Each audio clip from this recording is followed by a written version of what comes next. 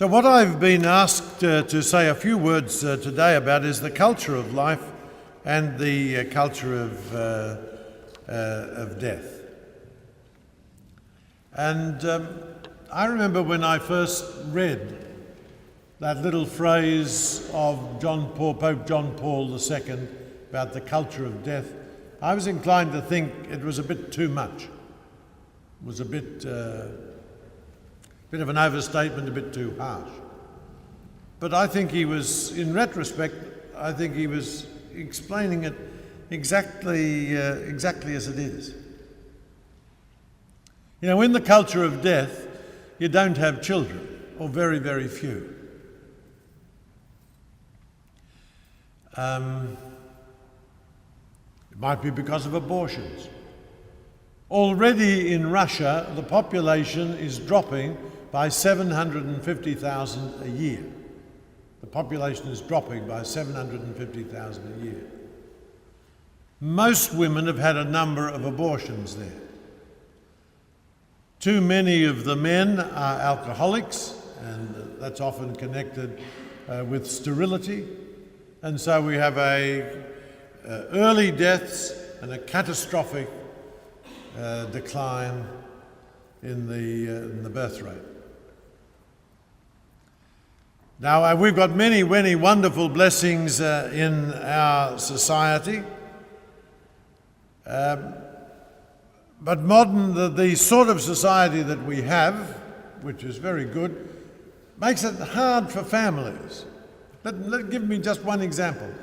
I'm not sure of how many, say 30 years ago, plus or minus, the cost of a home was 3 times the average wage in Australia. Today, the average cost of a home is 7 times the average wage. And how do people cope with that? One of the ways they cope with that is to have both parents working. Both the husband and wife working, so they can manage to get the money together to buy a home.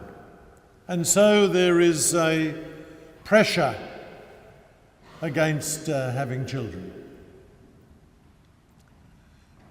No matter what the politicians say, I think the population of Australia is going to rise to 35 million in the next 30 years or something like that.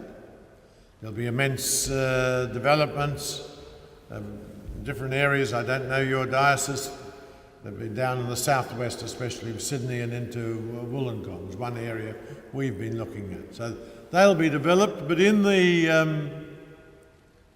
older parts of Sydney, there'll be many, many blocks of apartments, and often they'll only have a couple of bedrooms. And once again, it'll be a pressure against having children. So as you move into married life, you know, one of the real pressures, the questions of life or death is, will you be prepared to make the financial sacrifices to have children? Do you really value children? Do you try to understand the Church's teaching on natural family planning?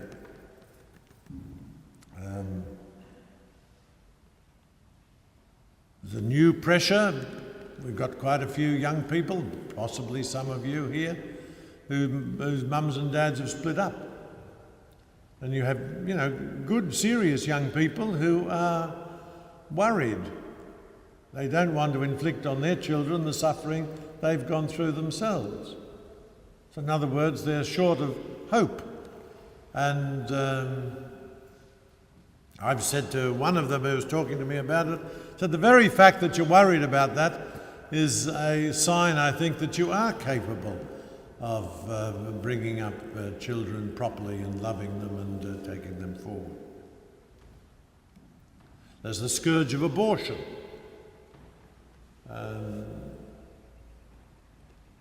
I think it's about 90,000 abortions a year in Australia. It's interesting, public opinion is, Australian public opinion is conflicted on this. Australian public opinion believes strongly in the right to of a woman to have an abortion, but Australian public opinion is worried that there are too many abortions. They don't like it. And this is a bit contradictory. And I even said this to John Howard when he was Prime Minister.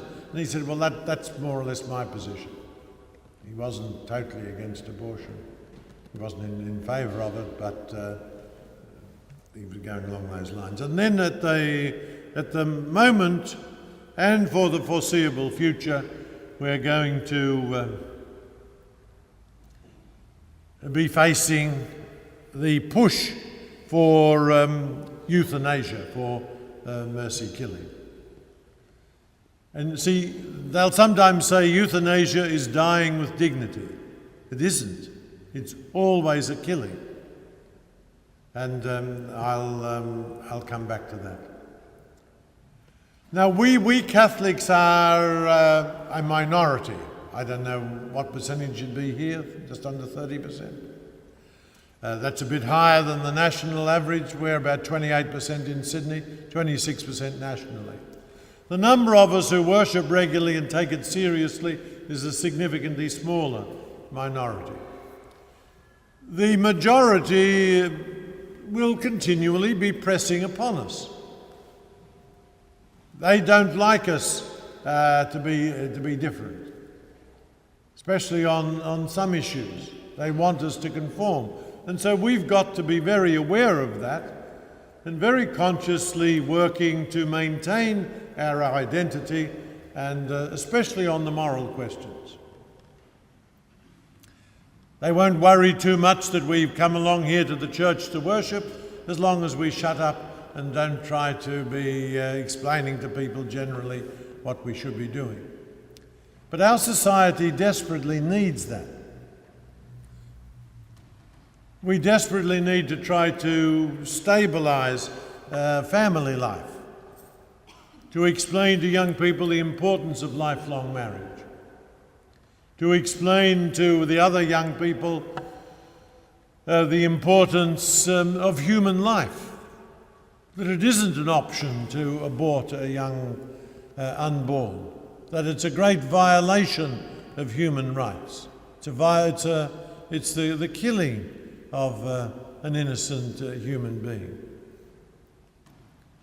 And of course, we have to explain that in dealing with the elderly, we are constrained by the command that you shall not kill, you shall not commit murder, you shall not take innocent life. So you, as young Catholics, have, I think, an historic task, and that is to work through your friends, through your workmates, at the universities and then with your families, to explain the unique dignity of human life and the consequences that follow from it. Now, when we talk about euthanasia, I think it's important to remember just how the Church works to alleviate suffering. We're only less than 30%, 55% of the palliative care in Australia. That is specialised care to eliminate suffering for the people who are dying. 55% of it is provided by Catholic agencies. And we have these beautiful Catholic hospitals which do so much to alleviate suffering. Now, if a dog is dying in pain, we shoot it. We don't do that with humans because we're not animals. We are made in the image of God. And no matter how sick or how old or distressed, that human dignity remains. Now, if you've got an approach to moral questions that there is no such thing as truth, that it all depends on the situation, that I've got a right to decide my moral truths for myself, then it's very difficult to argue. So hence that was why I was talking before about what I called moral truths. That was why I spoke about the Ten Commandments. There was one English atheist, a fellow called Bertrand Russell, and he said the 10 Commandments should be like a final exam where you've only got to do 6 out of the 10 questions. Now that's not the Christian approach to the commandments. Sometimes we mightn't be able to follow them, or might choose not to follow them, but they remain true, they remain there, and that's certainly the true of the commandment that you shall not kill, you shall not commit murder, you shall not take innocent life. And see, this way of thinking is not the way of thinking of most young Australians, and even perhaps most young Catholics. They've been encouraged mistakenly to sort of think, well, you can make up your own mind on things like abortion or euthanasia.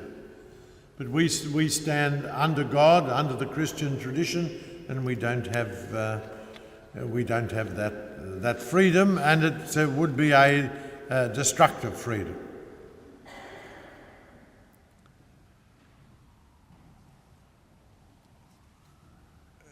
Before my pastoral letter at Pentecost, I always have a couple of meetings with student leaders, a couple of leaders from each school and from the parishes.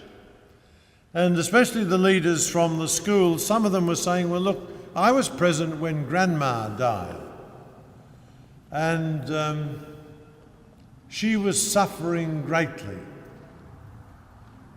We were suffering watching her, and therefore, isn't it right that we should have been able to put her out of her misery? And this is often, they would want it to be done in two ways. The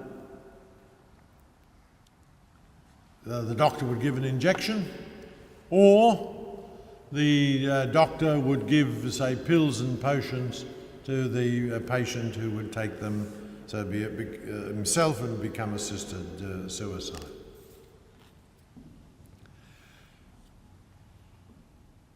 The church does not require people to suffer unnecessarily.